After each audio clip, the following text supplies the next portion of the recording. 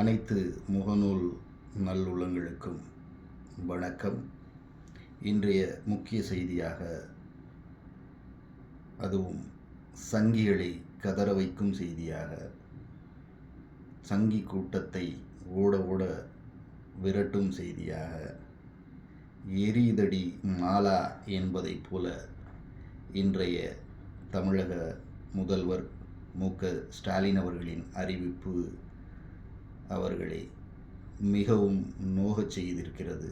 அவர்களின் கதறல்கள் இங்கே அதிகமாய் ஒலித்து கொண்டிருக்கிறது. அதற்கு முக்கிய காரணம், தலைவர் மு.க.ஸ்டாலின் அவர்கள் இன்று வெளியிட்ட அறிவிப்பு என்ன? மகளிர் உரிமை தொகை 2 மாதங்களுக்கும் சேர்த்து, அதுபோக கூடுதலாக கோடைகால சிறப்பு உரிமை தொகையாக 2000ஐயும் சேர்த்து 5000ஐ அனைத்து மகளிர் வங்கி கணக்குகளிலும் வரவு வைத்துள்ளார்.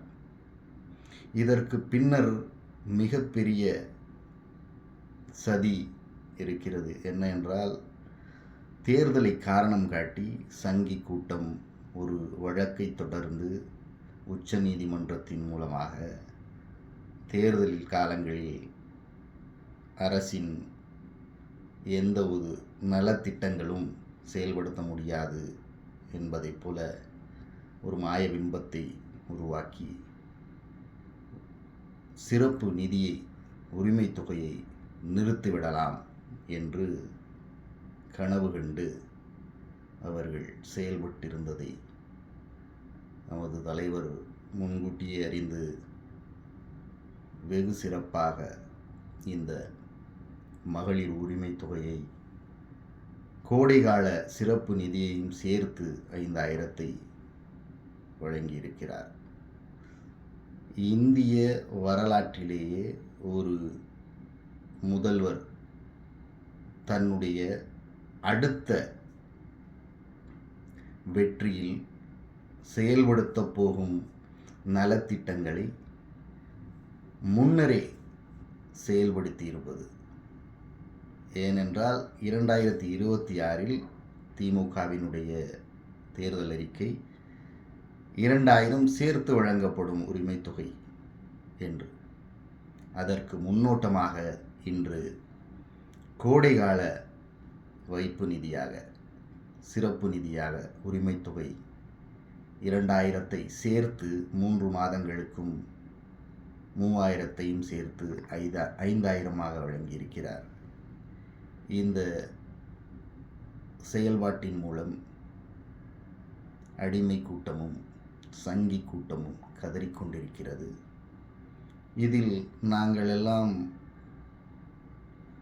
பொதுவானவர்கள், எந்த கட்சிக்கும் சார்பற்றவர்கள் என்பவர்கள் கூட தேர்தலுக்காக ஓட்டுக்கு காசு கொடுக்கிறார் மு.க.ஸ்டாலின் என்பதைப் போல பரப்பி வருகிறார்கள்.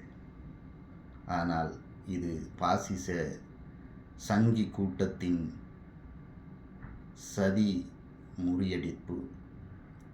அவர்களுடைய அந்த கொட்டத்தை அடக்கும் விதமாக முதல்வர் அவர்கள் அருமையான இந்த அறிவிப்பை வெளியிட்டது மட்டுமல்லாமல், உரிமை தொகை, கோடைகால சிறப்பு உரிமை தொகை இரண்டும் சேர்த்து இன்று காலை 7 மணி முதலே அனைத்து மகளிர்களுக்கும், மகளிர் உரிமை குழுக்களுக்கும் வழங்கப்பட்டு வருகிறது.